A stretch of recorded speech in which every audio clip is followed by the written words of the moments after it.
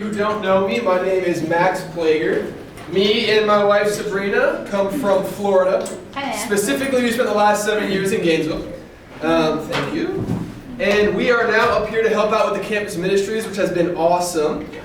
And if you don't like anything I say today, that's awesome. I'm not the normal preacher guy, so come next week and it'll be a whole new shebang. You said you weren't going to say that. I said I wasn't, but I did anyway. I feel like I just have to. But anyway, so we had a really great week this week. We were seeing our nephew in Virginia. Me and Sabrina went to see her sister had a son whose name is Cairo, which means I'm now an uncle, which is crazy.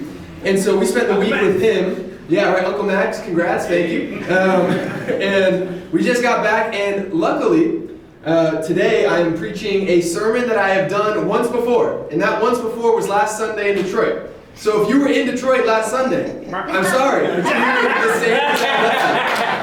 so happy you're here. We're so happy you came. I think I changed around like 1 or 2 sentences. And it was like good afternoon instead of good morning. That's about it. So, today something awesome happened. We got to see, oh no, the pictures didn't upload. Lewis got baptized today. Hey! Into the river. It was so exciting that he had to go home and tell his parents, and then he forgot church was happening. And so he's kind of on the way, but he's still talking to family, but it was super exciting. And so that's Lewis in the middle, and then me and Mike, and there was a whole bunch of us there. Let's see, yeah, there we go. Nice. And so it was awesome, but it was so cold. I'm used to, if people want to do like, baptisms in Florida that aren't in a baptistry, like, let's go to the Gulf. And I'm like, sure, it's 85 degrees, this is great, this is bath water. I went numb so fast that it wasn't even cold. I didn't feel the tingling, I didn't feel the burning, I just didn't feel anything. And so it was great, and today I'm preaching on a series in community. And it's not a series for us, but it was a series in Detroit. And the thing about a series which is cool is usually Kyle takes the best scriptures and leaves the rest for me, and so I get to figure it out from there, which is not true. That was half a joke. Yeah, and it's a good one. Starting a series, I get to go wherever I want and say whatever I want, which is exciting, but also kind of daunting, because as you know, you've been a part of community before. There is almost unlimited things you can talk about. That's true. And so luckily, when Mark wanted me to preach in Detroit, he said, keep it specifically to Numbers and Deuteronomy. And I was like, great. Because there's no shortage of stuff in there. For those of you who don't know, that's when the Israelites were going through the desert and just banging their head against rocks and complaining all day. At least 6. And so just for some context, in the book of Numbers, what you have is, this is right after the Exodus. They just left Egypt. They're now camping out at the base of Mount Sinai for the first 10 chapters. And they're kind of setting up structure. Like, all right, we're going to have the tribes camped out here. We're going to have, God and His presence in the middle. This is how we're going to organize all of our structure. It's going to be great. And then in chapter 11, they leave Mount Sinai. And this is where it all goes downhill. For the next 11 chapters, you have 7 different rebellions from the people of Israel. From the general people, from Moses' family, and from elected officials. Elected by the community. These are the leaders, the ones who are well respected. And so you can imagine this is a very trying time for this community as they are getting pushed back on all fronts from all different places. And after that, we find out that generation of Israelites actually disqualify themselves from getting to the promised land. Yeah. And it's the next generation that's going to see God's promise. Yep. And so that's what you see in Deuteronomy. In Deuteronomy, Moses is telling the next generation essentially everything that happened in Numbers. And it's really interesting because you kind of get his perspective on what happened. He's no longer in the moment. Because when he's in it, there's times where he's praying to God. He's like, why have you given me these people? Did I birth them? Why am I responsible for them? Please, do I have to feed? There's 200,000. What am I supposed to do? And then in Deuteronomy, we see God was testing us to see what was true about our hearts. And so it's really interesting. That's going to be our main passage of text today, is in Deuteronomy chapter 8. So you can kind of turn there as I give a little more preamble. I think when I think about community as well, we need to have kind of an operative definition. What do I mean when I say community?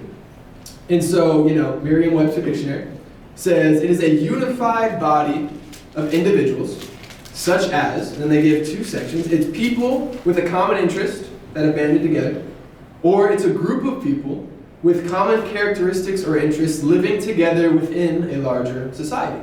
And I think both of those are applicable today. We are here because we have the common interest, the common belief. We are united over the fact that we believe God is faithful, that Jesus is worthy of following, and that we are here to worship Him. That's why we're here, right? And I have been many different parts of community. I have been the valuable contributing member who does my best to help and serve. I've been the apathetic taker where I'm spent, I'm disinterested, you don't want to talk to me, but I'm here. I've been the disruptive divider, causing just a scene, making a mess of things, And I've also been the stressed and overwhelmed leader. So I've been on all kind of spectrums of community. I'm sure you guys can relate, There's so many, there's a community for everything. In high school I was in community for video games. I played like semi-professional video games, and we had teams, it was cool. And then during the day I was leading the varsity baseball team for my high school. I was captain for 3 years. And then in college I was president of some clubs, and now I'm leading campus ministry. So I've seen there's a plethora of things that unite us, from hobbies to sports to our Savior. And there's a community within all of those groups. And I've been on all sides of the coin. And I think that today, I'm going to hopefully extract two things that I think are common across all levels of community. So whether it's sports or church or a job, whatever, there are two things that are always true, and it's not different for the Israelites. That first thing is hardship. Hardship always happens. It's whether you're individual, whether you're in the community, there will be hardship. And that's one of those things it's like an unfortunate truth in life, right? Death, taxes, and hardship are all guaranteed. And the thing is, when you're in a community, you will experience hardship that is often not your own. A lot of times communal hardship is simply individual hardship that bubbles up, overflows, and affects other people. Sure. Sometimes the community itself can be the hardship. This can really be very layered if you think about it. And so in Deuteronomy chapter 8, we're going to see how Moses viewed the hardship that he went through. And so I'll be in verses 1 and 2 to start. And he said, "Be careful to follow every command I'm giving you today, so that you may live and increase, and may enter and possess the land that the Lord promised on oath to your forefathers. Remember how the Lord your God led you all the way in the desert these 40 years, to humble you, and to test you in order to know what was in your heart, whether or not you would keep His commands." Interesting. So we see that this is a very sobered Moses evaluating these 7 rebellions that he went through. It was to humble us and to test the heart of the people, to see if they would follow His commands, in the good or the bad. Right. And this concept of testing your faith, a lot of times we don't like it because we don't like to be tested. We don't like, especially for God to test us. It's like, why? What's the point? But I think the difference between our perception and our reality is only exposed through testing.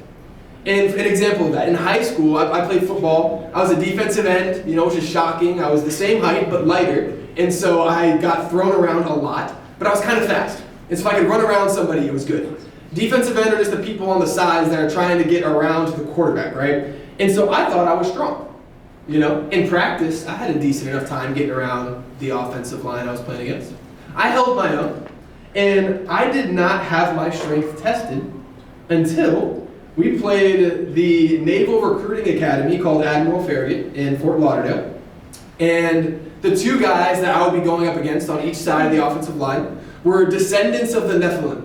They were 6'6". Both of them, they were twins. They were both 330 pounds. And I was like, oh my gosh. What am I supposed to do? It became a game of keep away. Keep your hands away from me and I'm running away from you. Right. And when they'd get me, their hands were so big that it was like pinky under one armpit, thumb under the other. Right. And they would just place me somewhere. It's like they were playing catchphrase. They're done. They're like, all right, who wants this guy? I don't need him. You want to go this way or this way? I don't really know. And it was just I was dirty laundry. I was just simply something in the way. And I realized that my perceived strength versus my actual strength was very different. Yes. And I think this happens sometimes in life with faith. It's the same. Sure. We can think we are strong in our devotion to God and our devotion to His community, but when hardship comes, the authenticity of what is really there in our faith will be exposed. It's true. And I think that when we experience this, we prove our genuine faith. And we all know people who are strong Christians. And they're not just strong Christians because they say they're strong Christians, right? We know it because we've seen it in their life. They've proven it. People who have had incredible loss, or very difficult hardships. They've had just an unfair draw on life, crippling circumstances. But they come on Sunday and they smile and they serve and they say God is good. Those are the people that have demonstrated the strength of their faith through hardship. I hope to have the faith that they have, but I've only been tested as much as I have up to this point in my life. The purpose of hardship is to grow our faith. Oops, sorry, that was for you guys a while ago. But now, in verse 14 through 16, staying in Deuteronomy chapter 8, Come on, man. we see he's going to walk through a little bit of the individual hardships that they went through. Then your heart will become proud, and you will forget the Lord your God who brought you out of Egypt, out of the land of slavery. He led you through the vast and dreadful desert, that thirsty and waterless land, with its venomous snakes and scorpions. He brought you water out of hard rock. He gave you manna to eat in the desert, something your fathers had never known, to humble and to test you, so that in the end it might go well with you. What we see here is that in each situation, there's an issue. Hunger, thirst, scorpions and snakes, there's a lot of stuff in this desert. And what we see is that they are experiencing these difficulties in the desert. And God also provides for them in the desert. They were hungry, so God gave them manna in the desert. They were thirsty, so God broke open a rock to give them water in the desert.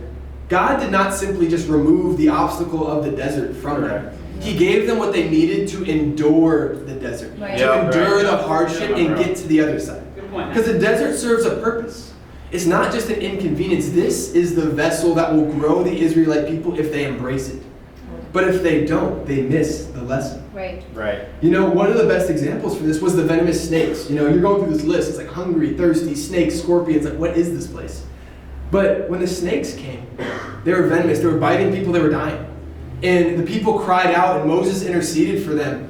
And instead of just snapping his fingers and taking away the snakes, what God did is he told them to build a bronze statue of a serpent. And every time you were bitten by a snake, when you looked on the serpent, you were healed. And the venom would go away. Again, he doesn't remove the hardship from them, but he provides for them a way out. And God is the same for us today. And a lot of times when we are praying for a situation, praying for a hardship, we're praying for it to just go away. To fix it, eliminate the problem, take it away, fix that person's heart, whatever we're praying for. Right. God often says, no, that I'm using that to grow you, but let me give you what you need to see it through. Let me give you the comfort, the sustenance, the energy to learn and grow the way I want you to. Good stuff. But so many times when we get that answer from God, it's not what we want, and so we don't even take it. Yeah. And so we end up sitting in the desert without the help we need, and so we just sit down in the dust and cross our arms and say, I'm not moving. Right. I'm not doing it. I didn't sign up for this.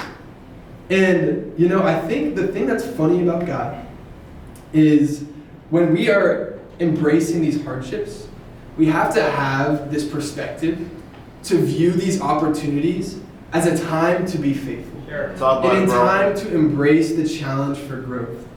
God is kind of funny where he is like a teacher, and it's for the college students this is maybe particularly relevant. When you take a class, just because you show up in the classroom and listen to the lecture does not mean you will pass the class, right? If you show up and you don't do your homework and you don't have any attendance, you don't help in the group project, you don't take your exams, you're not going to pass the class. And so you're going to have to take the exams again. You're going to have to retake the class. You don't get the credit. You fail Chem 101, you don't go to 102. You have to retake it. And so how many times is God trying to test us with something? And we're running into the same problem with a different face. A same problem in a different season. A same problem in a different situation. But we failed to learn the lesson We fail to grasp what God is trying to teach us, and so we find ourselves stagnant and stationary. You know, for me, the first few years of my Christian walk, I was stagnant. I was stuck. God was trying to teach me a lesson, and I just didn't want to hear it. You know, my family filed bankruptcy. We lost our house. I was in a relationship that I was incredibly emotionally attached to. She was the only person I told about my dad and his alcoholism and kind of our relationship. And some of my friends transitioned into different life stages, went off to college, and I was alone. And I was feeling a lot, and I was hiding it from everybody. And you know, instead of sharing what was happening and engaging with my feelings, I chose to feel nothing. Because it didn't change my situation, so why feel in the first place? If nothing changes, it's just a waste of energy. And I didn't want to engage with any of that. You know, and so I made the decision to just shut off that part of my brain and keep on doing life. And what I've found is now, as I'm married to an incredible woman, I'm ministering to some awesome people, I find that the bottling up of my emotions has only hindered me in life. It's made it hard for me to connect with my spouse, hard for me to relate to people going through hard times, hard for me to understand emotional trials because I'm like, oh, why don't you just shut it off? And so I can't mentally connect. And what I see is now as I am unwinding all of the junk that I put to the side, I'm doing the same work I would have done then, but I'm just 10 years removed. You're not going to dodge these lessons from God forever. Yep. They're just piling up. Eventually you have to address them. Eventually you will have to engage with the hardship. It's there to grow you. You don't just move past it. God wants to take you somewhere. He wanted to take the Israelites to the promised land, but they weren't ready. God's trying to take you somewhere. Are you ready? Are you learning from your hardships? You know, and this is where community comes into play. I'm sure you're wondering, this is a community sermon, not a hardship sermon, Max. Why are we still talking about hard things? So, second point is stay in formation. You know, and when I am engaging with my emotions, there's a point where I am in over my head, where I need help. You know, and I need someone to stick in there with me, to hold up my arms when I'm exhausted and to help me to get deeper when I need to push through. You know, sometimes hardships are simply too much for us to bear alone. And this is where we need to lean on each other. You know, there's a Greek fighting formation known as the phalanx. And I know that this is way too hard to see what's actually happening, so it's like a more zoomed in picture, which isn't exactly the same, but you see the concept I'm going for. I'll explain it here in a second. This was one of the most dominant fighting formations of the pre-gunpowder era. The idea is people would stand shoulder to shoulder and lock in tight, and my spear was on my right, my shield was on my left, and I was responsible for shielding the person to my left. And the person to my right was responsible for shielding me. And you can kind of see that in the layering of these soldiers, is the guy over here is actually shielding the one next to him, and so on and so forth. And what this created was an impervious, unified wall that could just move and pivot on command. And, you know, the thing that's interesting is if you were to take up this strategy or formation individually, outside of the formation, it would not make sense. Right. You are putting yourself in a more vulnerable position. You're exposed. Having a spear is not what people typically did in medieval warfare if they were one-on-one. They had swords and longer swords, and here the spear is almost like a defensive unit that here, when they are together, it becomes more powerful. It's the same for us in Christian community. We choose to put ourselves in a posture of vulnerability to better the group, to unify people. I choose to take a stance that does not make sense to the outside eye because it's the call and design for God's people to be united. Right. So what does that mean? It means I share about the things that most people would keep in secret.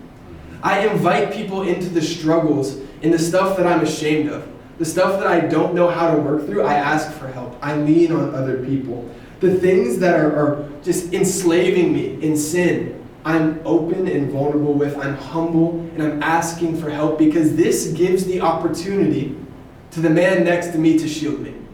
If I just keep it all in, I don't even offer the opportunity for someone to help. You know, when we engage in this formation, it's important that we all have the same disposition. Right. Because the thing that crumbles this formation is when the wall fails. And the wall fails one of two ways. Someone is ripped out of the front from the enemy, or people decide to start stepping back. And it leaves gaps in the wall.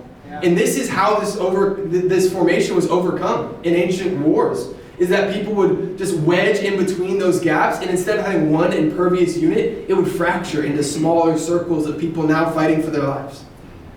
So what drags us out of the front lines? I think sometimes it's situations that we're engaged in. And it's stuff where we are just overwhelmed and out of our league and not willing to ask for help. It can be pride. Sometimes it's us choosing just to do things that are for us and not the group. For our own personal glory, we emerge from the formation to do something. And what we find is not only do we leave ourselves vulnerable, but the ones next to us. After we fight my big bad guy over here and we regain the formation, the dust settles, I have to think about a few things. I'm grateful for the people next to me that helped me through this. And who am I shielding next? Right. Who is my left arm responsible for? If you think about your life right now, the people close to you, your church family, when you think about your left arm, when you think about your shield, who are you shielding? Who are you protecting? Because if it's only a get protected and be grateful group, we will crumble. We all have to be vigilant and intentional about who are we going to protect? Who are we going to help? Who needs me now? And I know it can be incredibly daunting when you are going through it, when you're in the mix and you just don't even know if you can hold yourself up. To take care of someone else, how? How is that even possible? Or to think that I'm not equipped. I've never been trained. I don't know how to take care of someone spiritually. I don't know how to help with that situation. And I think that's one of Satan's biggest tools to cripple us, is partial truth. It might be true. Maybe you're not trained. Maybe someone asked you to help with something and you're like, I've never even heard of that word. Can I Google that real quick? I don't know what that is. I don't know how to help you. Some of those things can be true. But the thing that's a lie is because you have not been in a training class or gone to a workshop on this thing, or because you don't know how to address it, does not mean you cannot help. It does not mean that you are powerless.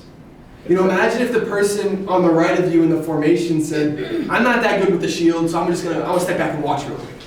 That would be very detrimental for you and for the rest of the group. It would leave a gaping hole in the formation. And when too many people step back and don't participate, we see that the mutual protection and integrity of the group can break down. These partial truths can be crippling. Come on. In my junior year of college, I was taking this class called business finance. And I was a finance major at the University of Florida, and it was kind of a program where it was all just people who were raised up within the university. They didn't take transfers, but I got lucky. I was one of 3 transfers nationwide that got accepted, and right away I took this class. It's the weed out class. It's 3 exams, 20 questions each, no quizzes, no homeworks, no attendance, and 80% of the class fails out with an F. And as a finance major, I needed a B to stay in the program. And essentially, I was under so much stress. I was studying 8 hours a day, 4 weeks out from the exams, and I was behind. And that was just the nature of the beast. I drank so much coffee and was under so much stress that I burned a hole in my stomach. I got a peptic ulcer. And so I was dealing with incredible pain, fatigue, because my stomach couldn't digest the food. I was nauseous all the time. And on top of that, I'm trying to be a good boyfriend to Sabrina. I was not, spoiler. And I'm trying to pass this class. I got a C+, had to change my major. But I'm over here just destroying myself. And I realized I needed help.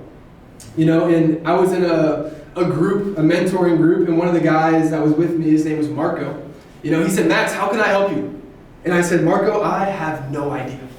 I got depressed. I didn't enjoy playing sports or watching sports. And if you know me, that's shocking. That's 90% of my life. And I didn't enjoy watching Netflix or TV or playing video games. I didn't enjoy anything. I realized I just wanted to sleep all day.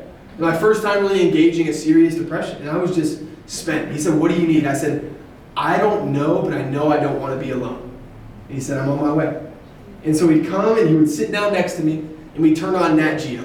Or we'd watch YouTube, 30,000 bees versus 30 killer hornets. And we're like, that seems great. Just something to put me to bed, I don't know. And he wasn't a minister.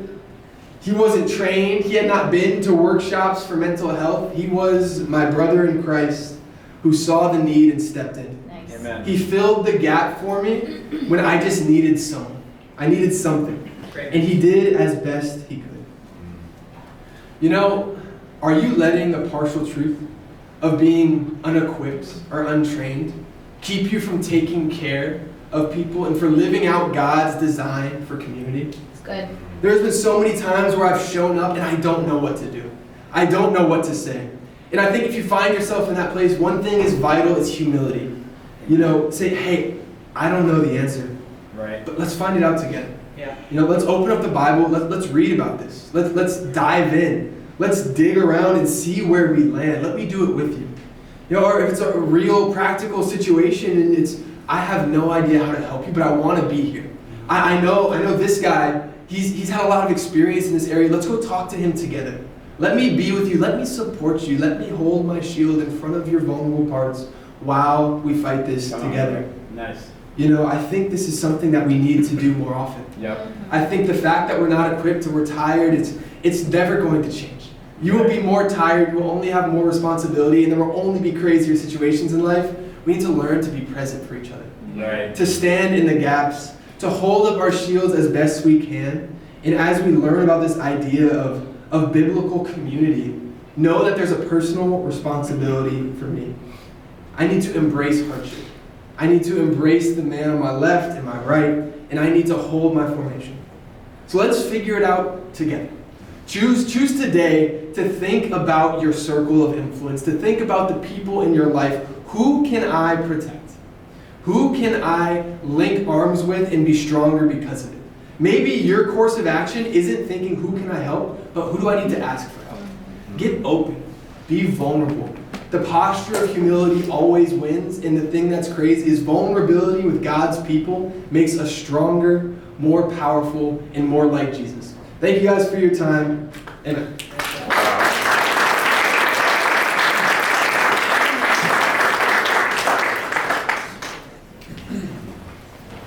Yeah, thanks a lot, Max. I just wanted to kind of conclude with a couple thoughts here. Was your major speech? Just to reflect briefly, the lines that stuck out to me in particular, Max, were that the desert serves a purpose. I feel like that could be like the title of a great Nat Geo chapter in a Lion's Den. The Sahara. The desert serves a purpose, I think, is such a great thought for us when we're going through it. And I thought it actually coincided around man with your talk during Lord's Supper.